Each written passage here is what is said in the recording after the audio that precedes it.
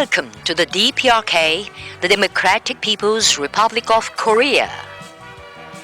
The original name of Korea, Joseon, means the land of morning calm. From time immemorial, it has been called the land of golden tapestry for its world-famous mountains and scenic spots. All of you tourists would directly witness, hear and experience real looks of Songun Korea and cherish impressive memories of it.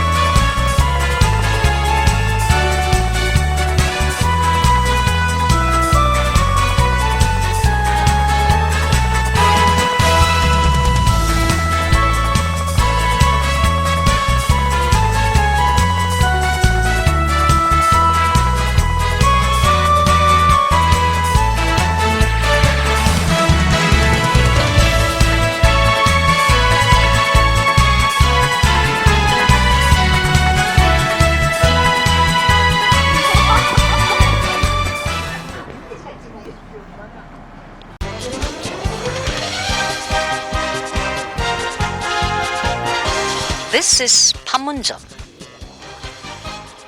Panmunjom lies on the military demarcation line of the Korean peninsula.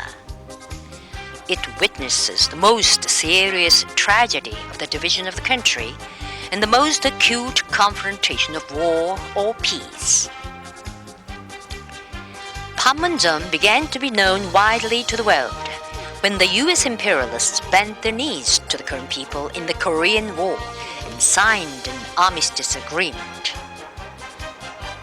It attracts the attention of the world, and usually visitors to Korea call at Panmunjom.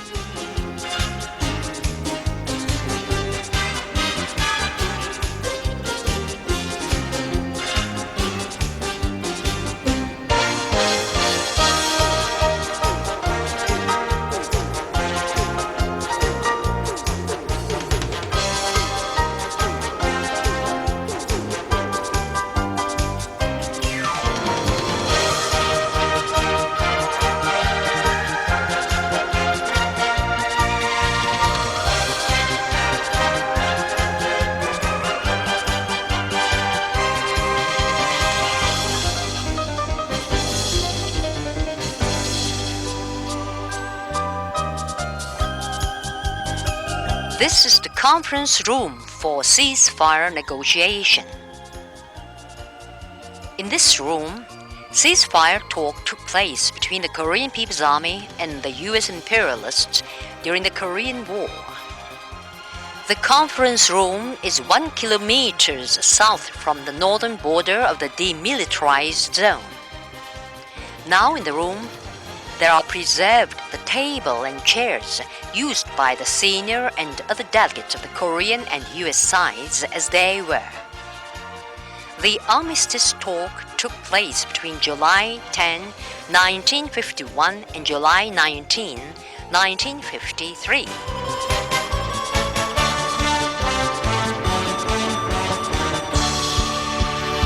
So on 25th of June 1950, US provoked all-out war against our republic. 하지만 전쟁 1년 기간 미국은 많이 할 수 없는 심대한 군사적 타격을 받았습니다. But for the 1 year of war, US had to sustain heavy blow from our side. 이에 밥방맞은 미국은 우리에게 종전 담판을 구걸하였습니다. So that's why after 1 year of the war, US proposed to hold armistice talks to our side first. 1951년 7월 10일부터 종전 담판이 진행되었습니다. So first armistice talks were held on 10th of July 1951, the next year. 종전 담판에서는 군사합 개선 및 비무장지대 설정을 비롯한 5가지 문제들이 토의되었습니다. So at the talks, we mainly discussed 5 items, 5 agendas. So about establishment of military demarcation line and DMZ, and also exchanging of war prisoners and so on. 하지만 미국의 책동으로 하여 이 5가지 문제를 토의하는 데만 해도 2년이라는 오랜 기간이 흘렀습니다. But it took 2 years to come to agreement only discussing these 5 items. 담판을 진행할 때 우리 측은 있죠, 미국 측은 있죠. So DPRK side took this seats, and US side took that seats. 그럼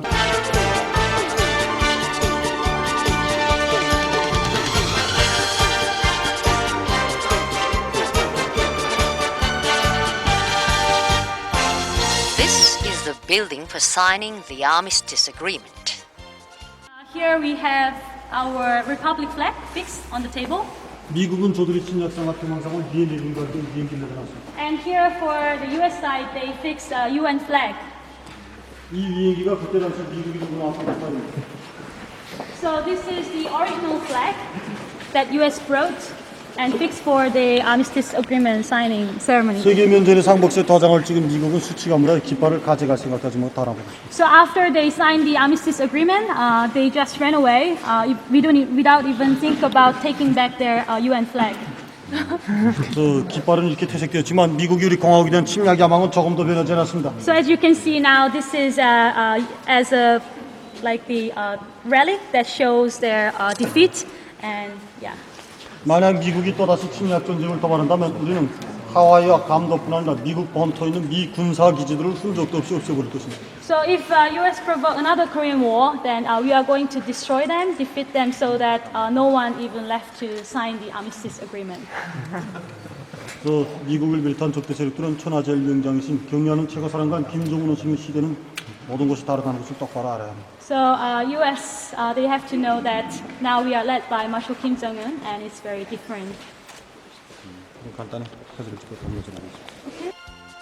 When the armistice talk reached an agreement on ceasefire and its machinery, the U.S. side proposed holding a ceremony of signing the armistice agreement quietly in a temporary tent out of door. It was because the U.S. imperialists were afraid that future generations might see the place where they signed a surrender document after suffering shameful defeat in the Korean War.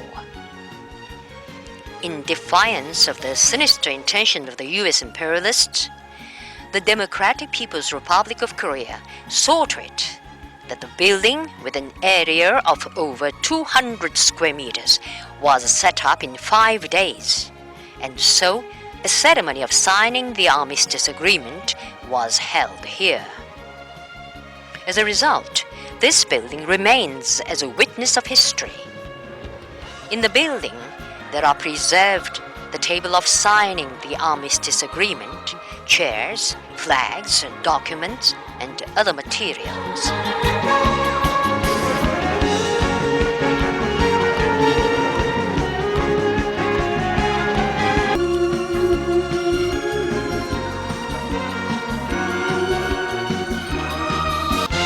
This is monumental stone inscribed with an autograph of respected President Kim Il-sung.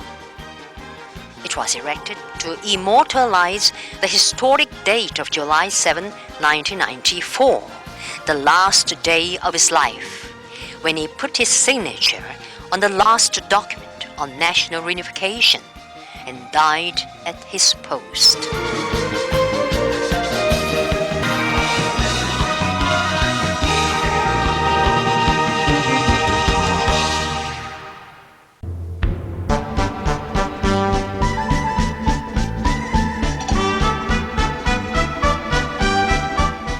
This is Conference Room District. In front of Panmun Pavilion, a building of the DPRK, there stand 7 buildings, which were used as conference rooms of the Military Armistice Commission and the Neutral Nations Supervisory Commission in the past. In the center of the building, there stands a table crosswise, and on the table there are lying microphones along its middle line. Just it is the military demarcation line, a symbol of Korea's division.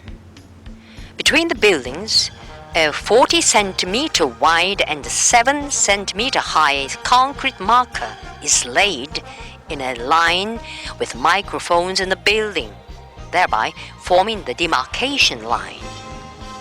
The military demarcation line is 246 kilometers long in total. On both sides of the border, highlighted in red, are guards. They don't look at each other but remain on the lookout. The first one who puts a foot over the line will be immediately spotted by the slew of cameras and killed. The soldiers' uniforms are completely different. The retro style of the North Koreans and the Ray-Bans and US equipment of the South.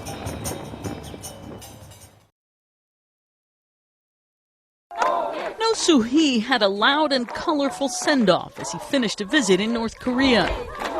Returning home to certain detention in the south through the truce village of Panmunjom was designed to draw attention to his cause. The conservative forces are saying they'll put me on trial, but I will judge them. Please watch and see what will happen. A large crowd with many waving white unity flags had lined up to watch No's actual border crossing as South Korean soldiers and police waited for him. The 68-year-old activist held his own white flag, and he was sporting a white unity pin on his lapel as well. The chants grew more and more frantic as the moment approached for him to cross over the demarcation line.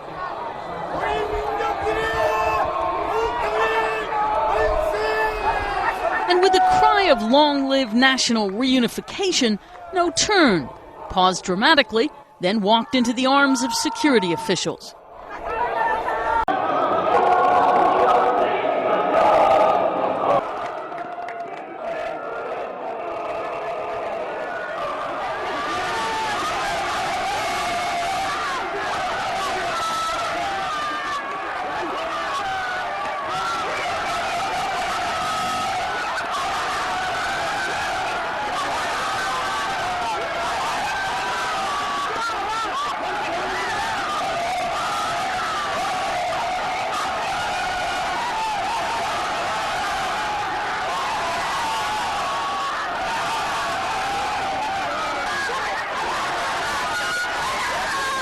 According to South Korea's national security law, sneaking into the north without government permission is punishable by up to 10 years in prison.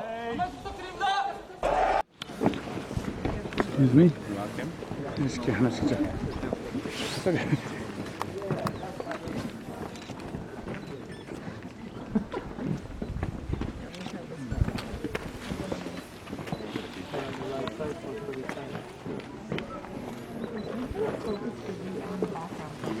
Focus on me. You hold the button down halfway to focus on me. Nobody knows like the red dot.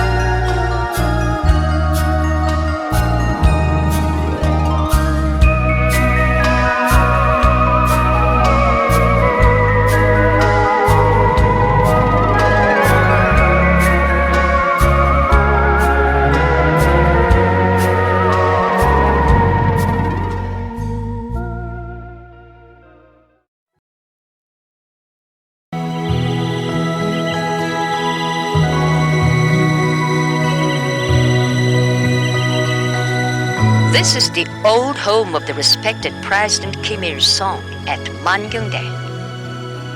It is a historic revolutionary place. President Kim Il-sung, the father of socialist Korea, was born in the simple straw-thatched house on April 15, 1912, and spent his childhood here. He was the eldest son of Kim Hyung-jik and Kang Ban-sung. In this straw-thatched house that could be seen everywhere in the Korean countryside before liberation, his family had lived for 4 generations from Kim Ung-woo, great-grandfather.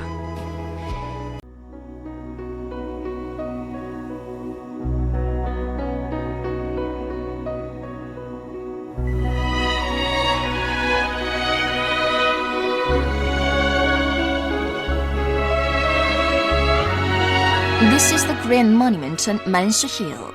The monument gives formative and artistic depiction of the immortal history of the revolutionary struggle waged by the Korean people under the leadership of the great Kim Il-sung and Kim Jong-il. It has bronze statues of the great Kim Il-sung and Kim Jong-il and large sculptural groups depicting the anti-Japanese armed struggle and the socialist revolution and socialist construction on both sides of the statues. The monument was unveiled in April 1972 on the occasion of the 60th anniversary of the birth of the great President Kim Il-sung. In April 2012, the bronze statues of the great Kim Il-sung and Kim Jong-il were solemnly unveiled on the occasion of the centenary anniversary of the birth of President Kim Il-sung, representing the unanimous desire of the Korean people. Behind the monument is the Korean Revolution Museum with a large mosaic mural of Mount Baekdu, the secret mountain of revolution.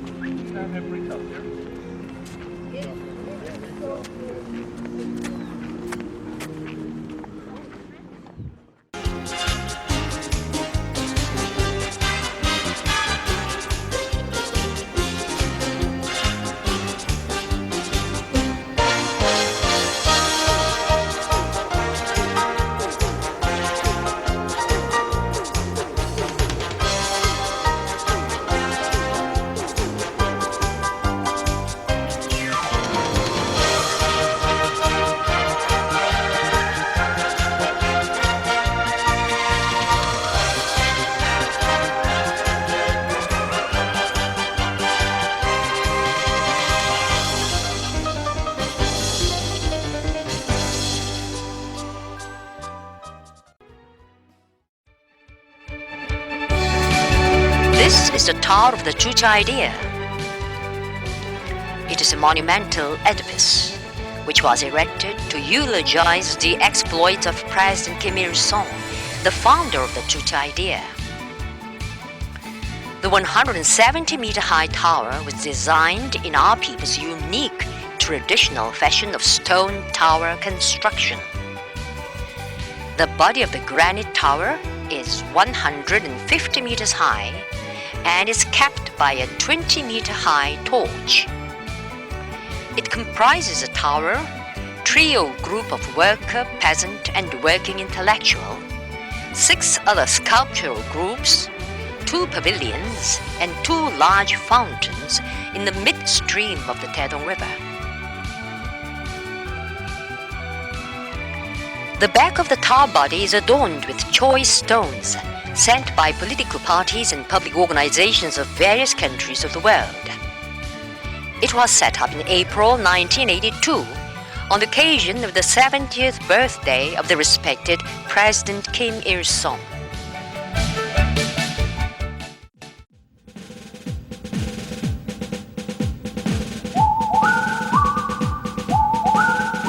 This is monument to the victorious Fatherland Liberation War. It was erected to glorify forever the heroic exploits of the Korean People's Army and the people who defeated the US-led imperialist allied forces in the Korean War, and thus honorably safeguarded the national freedom and independence.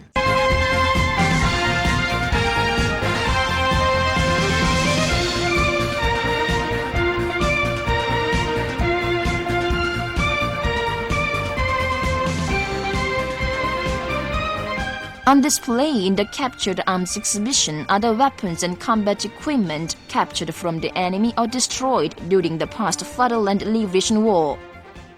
Exhibited here are some of different calibers of guns, trucks, armored cars and tanks captured from the enemy as well as enemy planes. Also displayed here are combat equipment captured from the enemy after the war.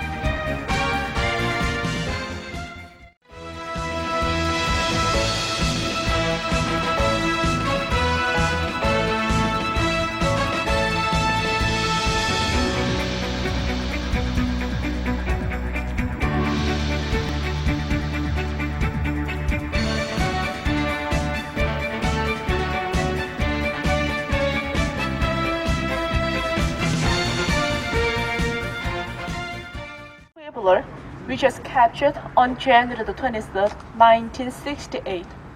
So this ship was built in 1944 and used as a transport ship for US Army, and in 1966 it was modified as an armed spy ship. And then the writing on the front, GER2, that means the Ocean Research Ship number 2. Like this, it disguised an armed spy ship as a civilian ship. And under the instruction of the commander of U.S. Pacific Fleet, they infiltrated Pueblo into our territorial waters and committed espionage, but it was captured by our sailors. Okay, should we go in? Our sailors, so they were all 83, including 6 officers, but one of them was killed on the spot at the time of capture as they attempted to resist. And then this is the captain writing the confession. And this is a written apology sent by U.S. government to our government. And that is the Major General of U.S. Army signing the apology.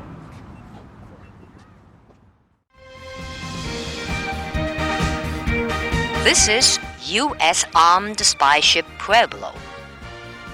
Pueblo is a U.S. armed spy ship which was captured by the heroic Korean People's Army in January 1968 while committing espionage acts in territorial waters of the DPRK.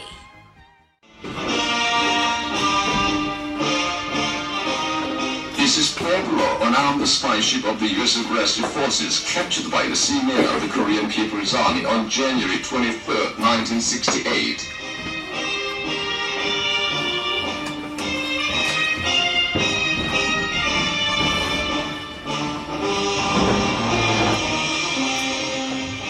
These are the crewmen of Pueblo. They were 83, including 6 officers. But one of them was killed at the time of capture as he attempted to resist.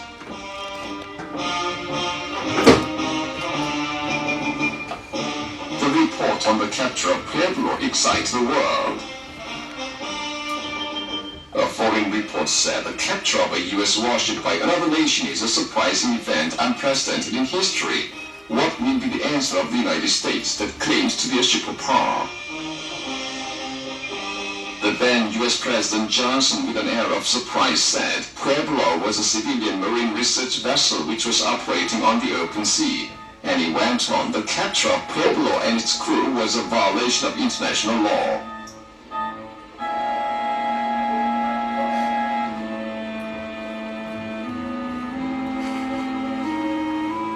The captured crew also attempted to hide their identities and deny their crimes.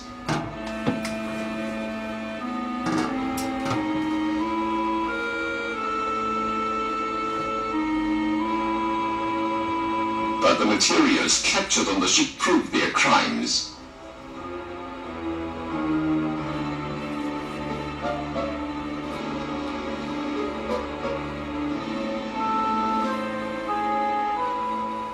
Captain of the ship, Lieutenant Colonel Lloyd McButcher, confessed that Pueblo was an espionage vessel belonging to the U.S. Pacific Fleet, and all the crew had rich experience in espionage.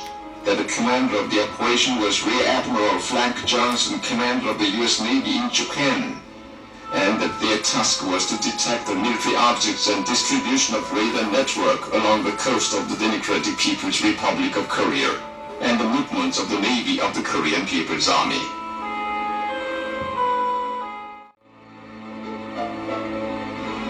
Lieutenant Stephen Robert Harris, a research officer, said that they had left the port of Sasebo in Japan on January 11, 1968, and as soon as they had entered the waters of the East Korea Bay, they disguised the ship as a civilian research vessel and started an operation.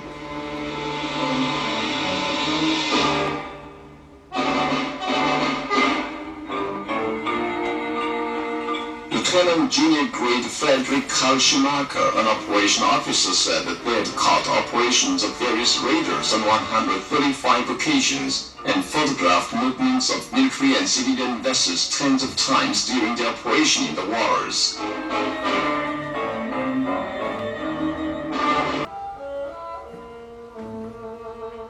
He continued that their location at that time was 7.6 nautical miles from New Ireland on the Sea of Wonsan, and the naval vessels of the Democratic People's Republic of Korea had appeared and captured them. The crew unanimously admitted the fact that they had intruded deep into the territorial waters of the DPRK on 17 occasions and committed acts of espionage. They signed a joint apology to the DPRK government.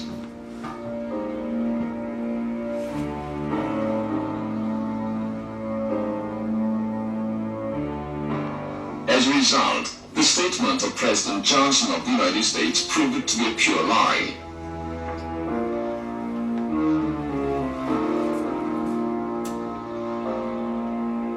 But Johnson manipulated mass media to spread the rumor that North Korea had prosecuted the crew of Pueblo and executed its officers.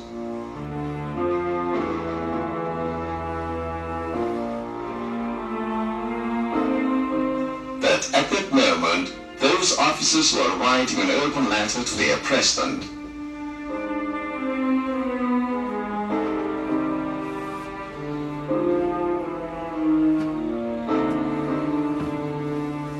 Dear Mr. President, now we are enjoying humanitarian treatment and are provided with everything necessary for our daily life. The treatment accorded to us is beyond our expectation, a treatment which we do not deserve.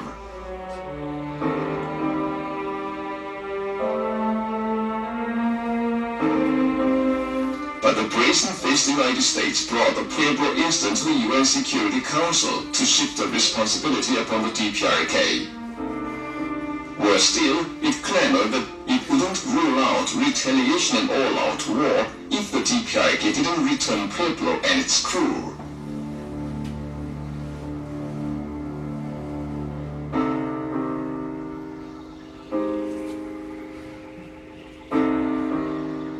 At the same time, it brought large forces, including the nuclear-powered aircraft carrier Enterprise, to the areas around the DPRK to bring it to its knees.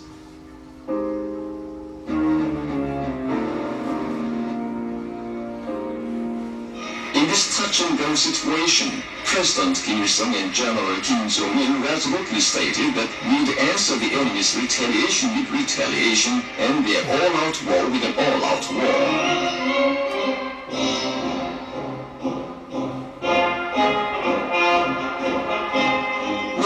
countries of the world support the revolutionary stand of the DPRK and condemn the United States.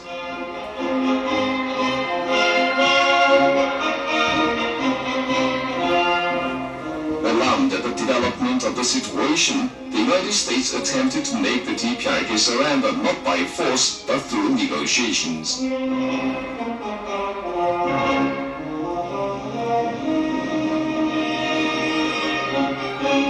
On the instructions of General Kim Jong-il, the DPRK government stated, the US government must bear responsibility and make an apology. Then we'll return the prisoners, but we cannot return Pueblo as it is our trophy. This drove the US government into a tight corner.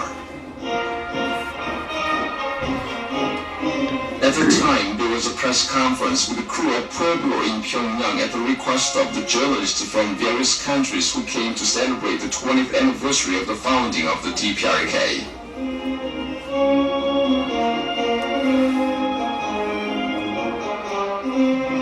All our crimes have already been disclosed to the world.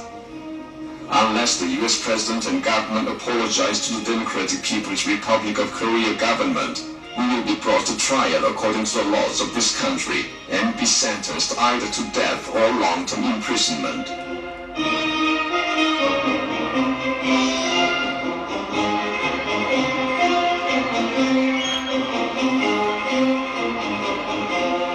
The self-acclaimed elite crew of the United States unanimously admitted their crimes and requested for mercy, saying, "We want to go home alive."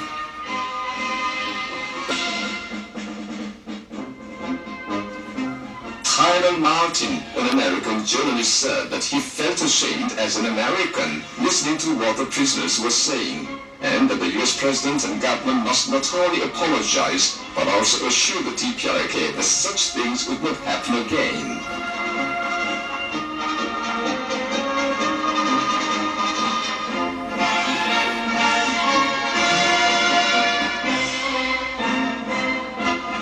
American people also blame the president and the administration.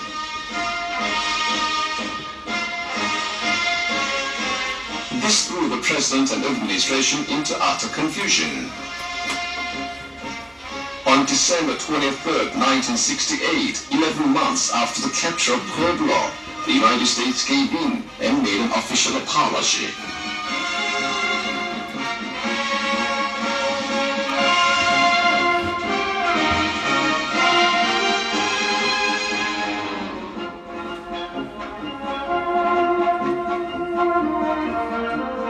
To the government of the Democratic People's Republic of Korea,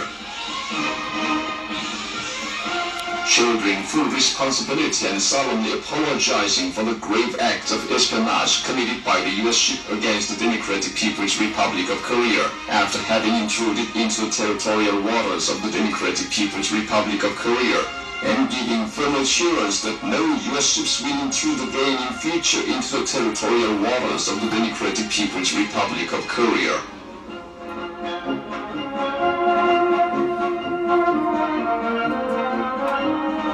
The US representative was so confused that he even forgot to write a date in the document. He wrote the date hurriedly urged by our representative.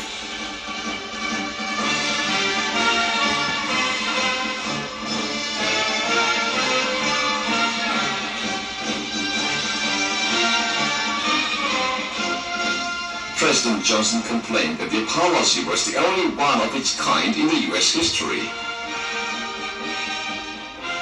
At 11:30 on the morning of that day, the DPRK government announced that it would expel the over 80 US spies out of the territory of the country.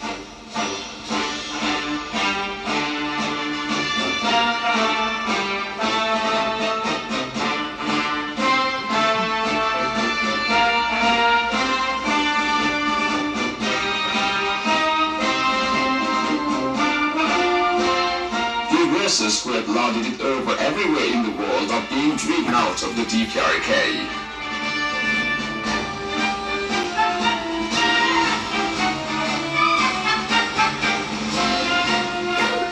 They're going without even turning their faces back, flinging away the prestige of their country and their honor as US soldiers.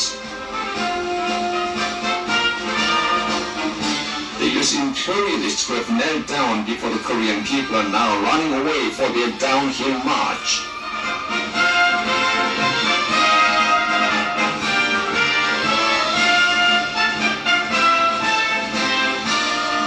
The people of the world unanimously said the myth of the mightiness of the United States was shattered again by the heroic Korean people.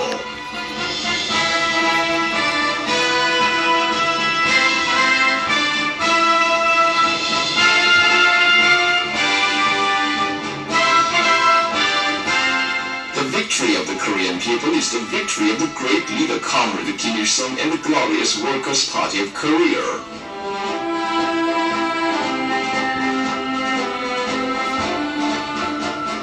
Many years had passed since the Pueblo incident, but Pueblo, a witness to history and trophy, will testify century after century to the crimes of aggression committed by the US imperialists against the Korean people.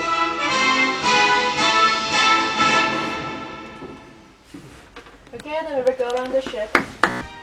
Now it is on display at the edge of the Taedong River in Pyongyang, the capital of the Democratic People's Republic of Korea. Long before it, another U.S. aggression ship, General Sherman, had been sunken in the river.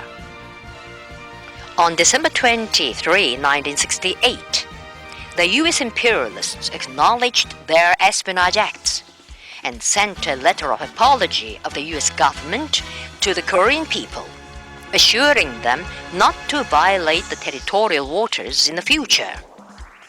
Accordingly, a resolute measure was taken to expel the arrested spies of the Pueblo out of the DPRK. On the spy ship, there remained the espionage devices and historical evidences as they were when it was seized.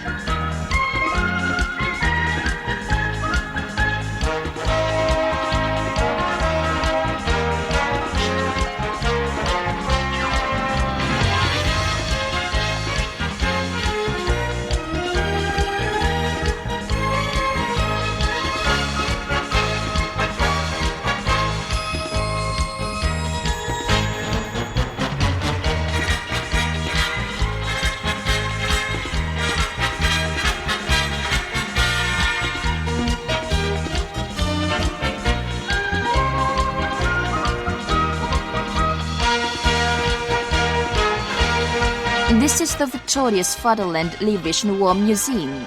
The museum was opened in August 1953 and rebuilt in July 2013. The total plottage is more than 93,000 square meters. There are the main building with a total floor space of 51,150 square meters, 6,840 square meters of open-air arms exhibition, the monument to the Victoria's Fatherland Liberation War, and the captured U.S. imperialist on the spy ship Pueblo.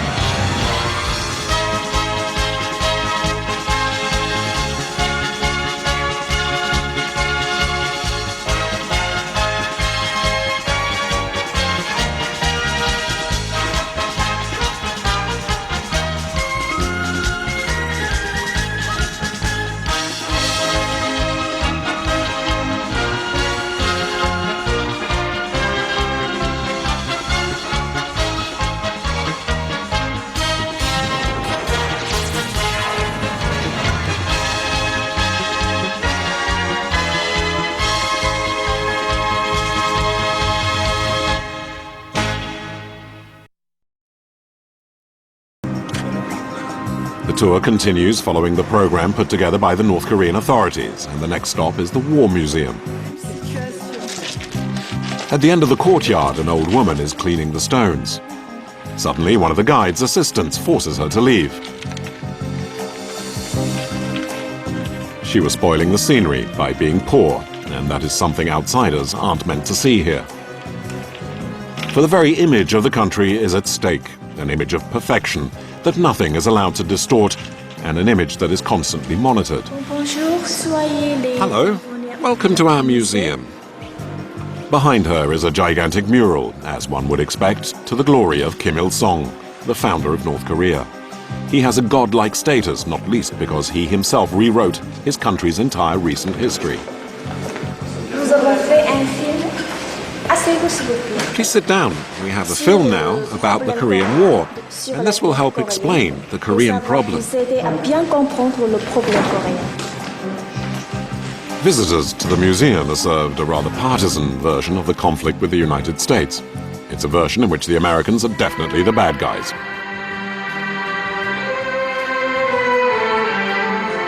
The voice, the style, the video, everything resembles a bad propaganda film from the 1950s. Who then started the war in Korea? These scenes will help provide the answer. Listen to how North Korean authorities have rewritten history. The Second World War earned the United States huge amounts of money through the sale of weapons. But after the war, the United States lost its weapons market and entered into a period of deep economic crisis. They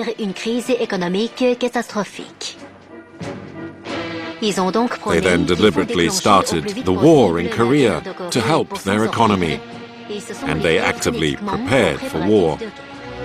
Everything is false. The United States has never been as prosperous as it was after the Second World War. But it matters not, and the documentary carries determinedly on in the same tone. Truman, the US president, declared in a message to Congress in 1945 that there needed to be a war in Korea so the United States could dominate the world. In fact, it's the exact opposite. Historians agree North Korea triggered the war. A reality the regime in Pyongyang categorically denies and, being the perfect dictatorship, is something it teaches all children in the country from an early age.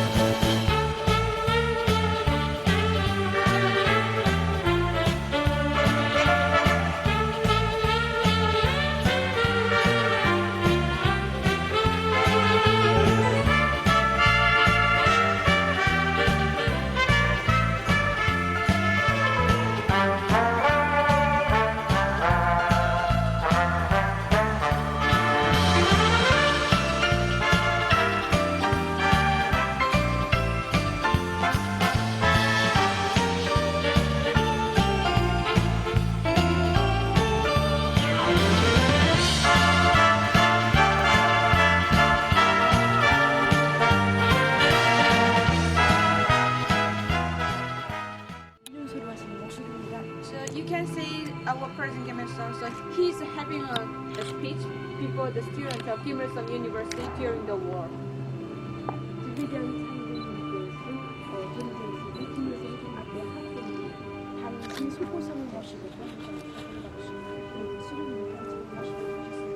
So when the students of Kim Il-sung University temporarily moved to this site, they built the stone statue of our President Kim Il-sung. So after the war, our General Kim Jong-il led to erect the bronze statue of our President Kim Il-sung just here. 조보 수련님 탄생 1인도는 1980년에서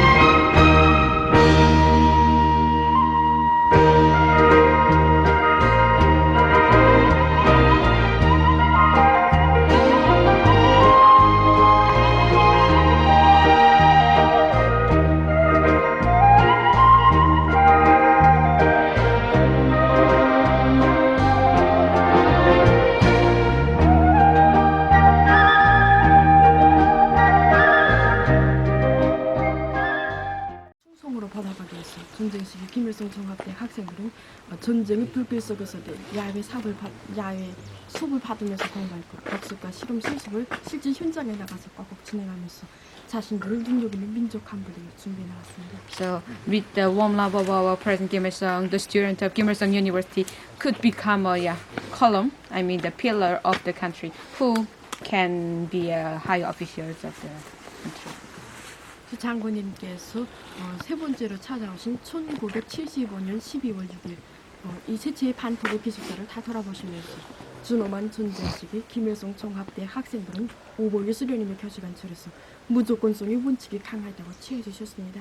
So in 1975, our General Kim Jong-il came to this valley, and at that time he had a memory, remember of the date when the students of Kim Il-sung University temporarily came here and studied, and highly appreciated the students of Kim Il-sung University studied very hard, so that's why they could contribute themselves for the development of the country.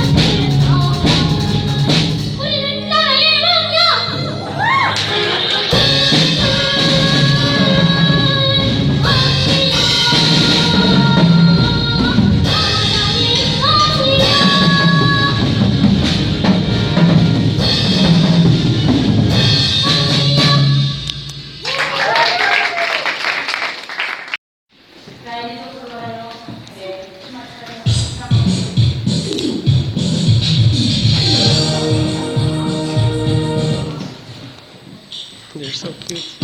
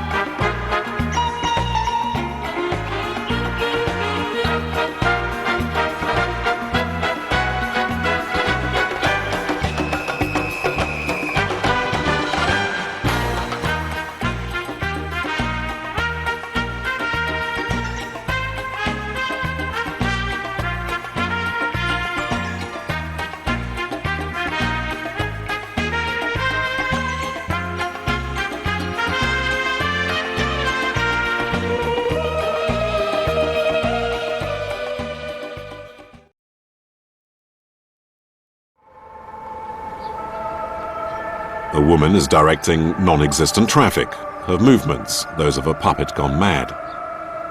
Everything must be perfect, in this, the capital of the communist regime.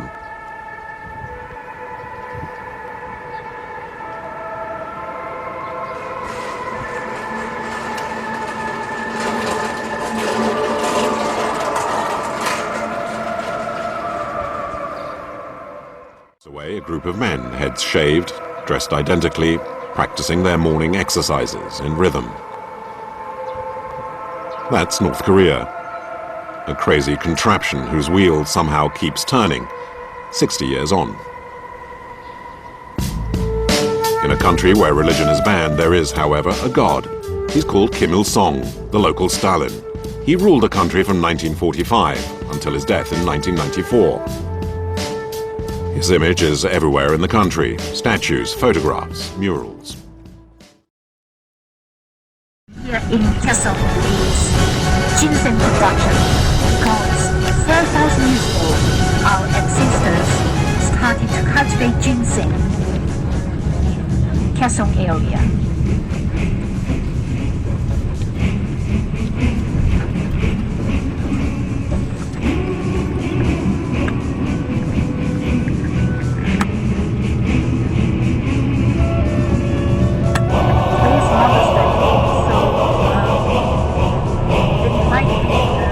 Invited to the restaurants for the Mother's Day, and usually these days, in these kinds of holidays, in some restaurants, the government goes to the house, the mothers, or